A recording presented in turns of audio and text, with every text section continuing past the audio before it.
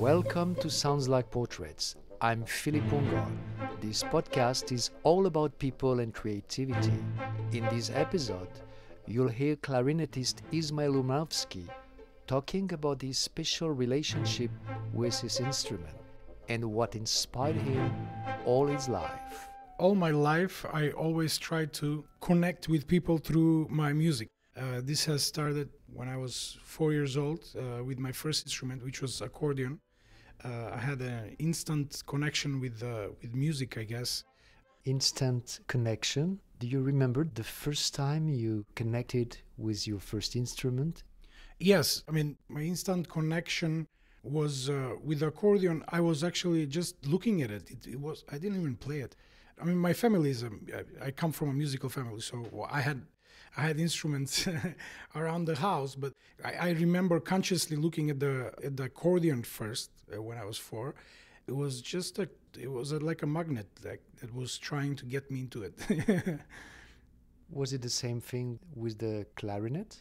With the clarinet, actually, it was a little bit deeper than that. I was always attracted to the clarinet. Like, I don't know what kind of attraction was that. I remember the first time I bought a clarinet. Like, my father bought a clarinet for me. I couldn't sleep the night when that was purchased. People told me not to play it because I can't play it, because I'm physically not fit for it. When we bought the clarinet, I couldn't sleep that night. And then I remember opening it at like 5 o'clock in the morning. And I knew how it works because of the recorder, how the notes work in a woodwind instrument. Basically, it's the same way they work. They all work almost. So I put the mouthpiece and I tried to put the reed. It took me some time, but I put the reed because I have seen it from other clarinet players around. They do it, and then I put it and I just started playing. So it was a instant connection where I had some kind of control on this instrument, and the sound was just something that I lived for, I guess. Today I feel the same thing when I pick up the clarinet, which is every day. I feel the same connection, the same love actually for it. The same love. Yeah, the same love. That's right. It's a love that you can't really express with words. It's a different kind of love that we have towards this, towards our instruments, towards the music as well. It's something that's unexplainable with words. It's actually feelings, mostly.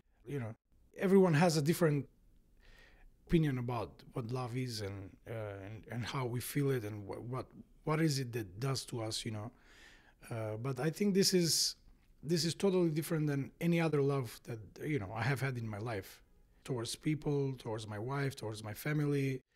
I think this is in a different category. It's not stronger or weaker. It's just a different category than the other loves that I have in my life. What is your judgment now about the way you've been taught the clarinet? Well, I have been lucky enough to have had teachers. I mean, by the way, I only took lessons and I got educated in the Western classical music. You have to do it. You have to go through some kind of training in order to achieve some kind of level in this music, because you need to read music, you need to be able to analyze it, you need to be able to decipher, like everything that you see, you have to know what it stands for. And that's why I think it's very important for a Western classical musician to go through an education. But I do folk music from my country, of course, from Macedonia, from the Middle East, from throughout the Balkans. So that is actually my specialty, but I have never gotten any education on it. I have always listened and learned by myself, which I think it's the greatest way to learn. Of course, classical Western music has the training that I got through classical Western music helped me a lot in all of this. But it's totally different approach towards the playing of the clarinet. So I have been very lucky that, I had all these teachers that I had throughout my life in elementary. So I had three important teachers in my life. And those are totally different than each other. And they actually gave me a very, very, I think the right path for me, the right way to approach the clarinet. How do you describe it? Like, for example, when I was very young, I had one teacher from 9 years old until I was 17. I had one teacher. And I think he directed me to the right path with giving me all the technical support for the instrument, to be able to hold a note for straight, or to be able to hold a note in very piano or forte, or to be able to articulate well. He was very picky into that stuff. He was very technical, actually, and I think that's what I needed. And then from 17 to 19, for a short time, I had another teacher. That was the time when I needed someone to tell me that talent is not all, to tell me that I cannot just rely on my talent that I had, and to make me realize that, if I want to be a professional musician, I have to keep working, And then from 19 to 25, I was at Juilliard, where I spent 6 years studying with Mr. Charles Neidig. Charles Neidig has been the most important one because at that point you develop a character, and it's very important for the teacher not to kind of get into your way and to kind of bring down that character, but to bring it up. He actually gives your creativity a place, gives a space for your creativity. Not so many teachers, I think, in the Western classical world would do that to instrumentalists. He actually supported me in doing folk music and to go towards it and to reach what I envisioned, what I had in my body, in my feelings. So he supported my other side, actually, that he wasn't teaching. He taught me Western classical music, but in a very, very creative and very, very open way. The thing that he taught, it was music. It wasn't technical. What do you mean by music? It was, for example, let's say we take a piece of music. Generally, it's written, right? Most of the times, teachers focus on how you project the sound, or how you attack, or how you articulate, or how... Yeah, these are things that everyone would do, but not only that. See, with Mr. Neidig is just going to find out what's music, like how the composer thought about this. What did he mean with this, What's behind the score? Right, what's behind the score. And I think that was the main kind of focus with Mr. Neidig. Feelings from composers, how they thought. Because everyone has a different feeling in whatever they create with writing. They achieve something else, And understanding all of these composers, the way they write, is very, very important. That's what broadens your senses and makes you, more musical and opens you up. Being a musician is not only playing your clarinet, but being a musician is understanding the music, understanding everyone else around you, like seeing the bigger picture, basically. What is the whole thing about, not only your part? Because I think in generally in classical music in education, we always concentrate on our part a lot, which kind of makes us very small in the way we are thinking. It brings us very, very in a dark place. It's only just your part. It's not how it works. It's not what the music is all about. Yes, we need to concentrate on our parts, but that's, I think, in very early stages in life. How did you learn to develop your breath control? The breath control is, you don't learn it, you practice it. You practice how to control it, and there are many different ways, but one of the most effective ways to hold notes, to hold straight notes, to go from, piano P, P, P, P, P to F, F, F, F, F, and to be able to hold the same intensity, the same beauty of the sound and all this stuff. But I'm talking about Western classical music, but if you're talking about controlling your breath or making nuances with your breath, in folk music it's totally different. You gotta work a lot with your breath together with the embouchure. That's another way to control the breath, I guess.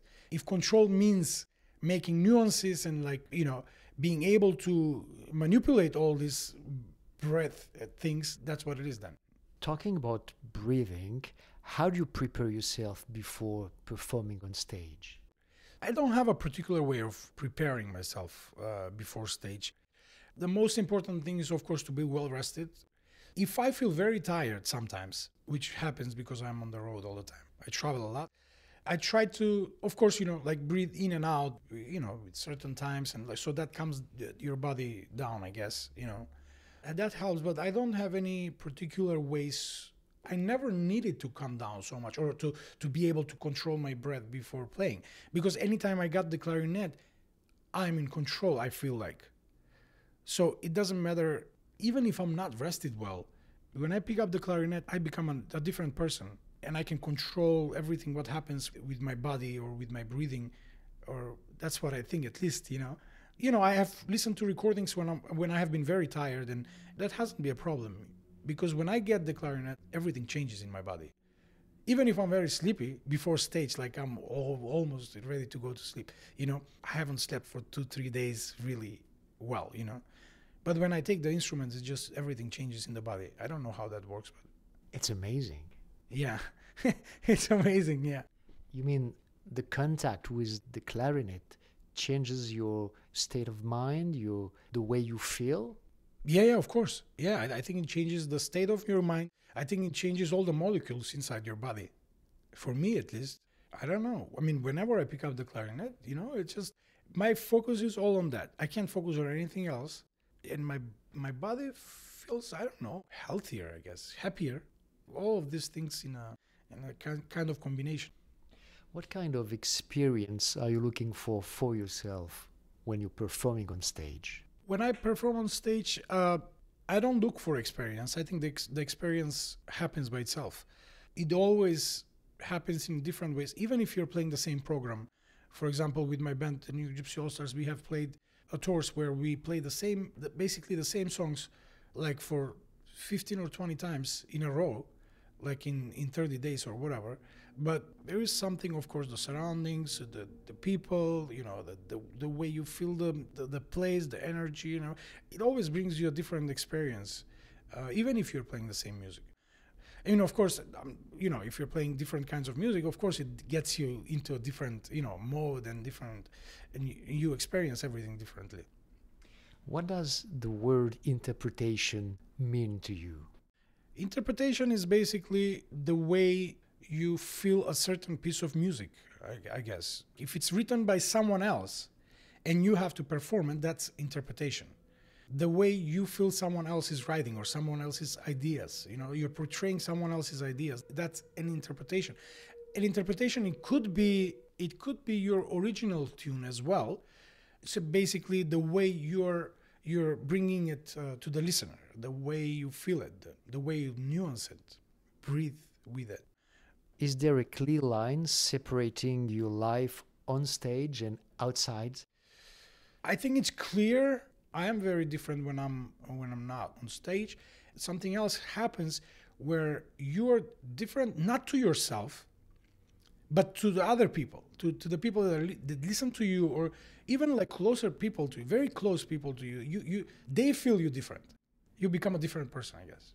But you feel yourself in a more intimate way. Yes, of course. Yes. I mean, that's not only on stage. Whenever I take the clarinet in my hands, it doesn't have to be stage.